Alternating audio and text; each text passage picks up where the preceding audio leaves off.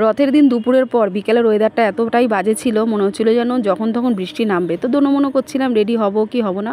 অবশেষে যাই হোক কুর্তিটা পরে নিলাম। আবার ভাবলাম যে শাড়ি পরি, যদি মানে ইচ্ছে ছিল শাড়ি পরার, আবার ভাবলাম শাড়ি যদি পরি আর যদি জোরে বৃষ্টি আসে তাহলে তো দৌড়তে অসুবিধা হবে, যেই কারণে কুর্তিটা পরে নিলাম। আমি আমার টিম নিয়ে বেরিয়ে পড়লাম রথ দেখার উদ্দেশ্যে। তো এই বছর আর রথের দড়ি টানবো না, কারণ একটা বছর একটু মানতে হবে, যেহেতু আমার শাশুড়ি দেওর মারা গেছে, অসুস্থ আছেই।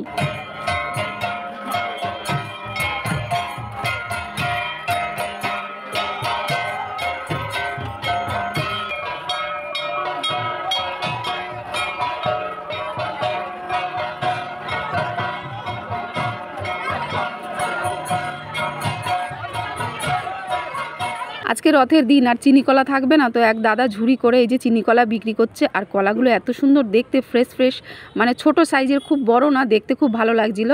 আর ছোট ছোট এই যে বাচ্চারা রথ নিয়ে বেরিয়েছে, তার ঠাম্মার সাথে, দিদার সাথে, বা কেউ তার মা বাবার সাথে বেরিয়েছে। রথের দিন সবই ঠিক আছে, কিন্তু বড় বড় রথগুলো যখন রাস্তা দিয়ে যায়, আর এই যে গাছপালা, আর সব থেকে ভয় লাগে ইলেকট্রিকের যে মোটা মোটা তারগুলো, সেগুলো যখন হাত দিয়ে সরিয়ে সরিয়ে রথটাকে এগিয়ে নিয়ে যায়, সেটা দেখতে যেন একটু কেমন গায়ের ভেতরটা শিরশির করে ওঠে। কারণ অনেক জায়গায় খবরে দেখেছি যে রথের দিনই এই ইলেকট্রিকের তারের জন্যই কিন্তু দুর্ঘটনা ঘটে যায়। সো এখন আমি একটা পুচকুর সাথে দেখা করছি। দু জায়গায় রথ বসে, তো একটা রথ দেখা হলো, তো আর একটা রথ আসবে একটু পরে। তো তার আগে আমাদের এখানে যে মেলা বসে, সেই মেলাটা একটু দেখে আসি, তাই তাড়াতাড়ি হাঁটছি। ওদিকে মেলা দেখতে গিয়ে যদি একটুখানি দাঁড়িয়ে যাই, আবার যদি মানে আর একটা রথ এসে চলে যায়, সেটাই ভাবছি। অবশেষে মেলায় পৌঁছে গেলাম। আর বৃষ্টির যে ওয়েদারটা তৈরি হয়েছিল কিছুক্ষণ আগে, সেই ওয়েদারটা পুরোপুরিভাবে কেটে গেছে। যাই হোক, লোকজন এই যে আনন্দ করে সবাই রাস্তাঘাটে বেরিয়েছে, কেনাকাটা করছে।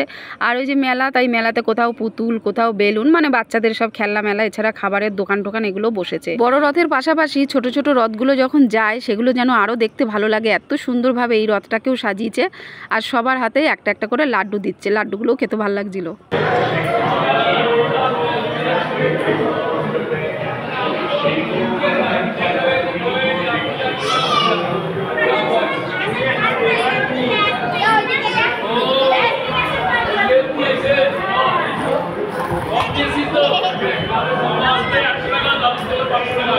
মেলায় ঘুরতে ঘুরতে এদিকে রাধাকৃষ্ণের মন্দিরে একটুখানি চলে আসলাম। আর মাথায় আসলো যে একটা রিলস বানালে মন্দ হবে না, তো রিলসটাও বানিয়ে নিলাম। শেষে যাওয়ার সময় জল আর বাতাসাকে বাড়ি ফিরে আসলাম।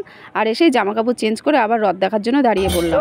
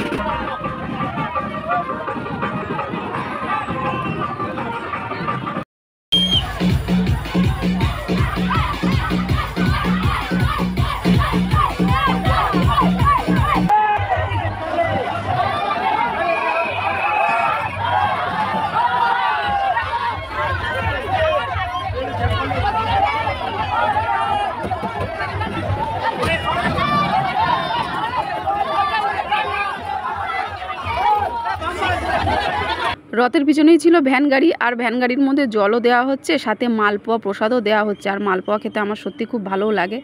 তো যাওয়ার সাথে সাথে এই যে মালপোয়া প্রসাদ পেয়ে গেলাম। সো বন্ধুরা, আজকের এই ছোট্ট ব্লগটা এখানেই শেষ করলাম। নেক্সট আবার দেখা হবে, টাটা।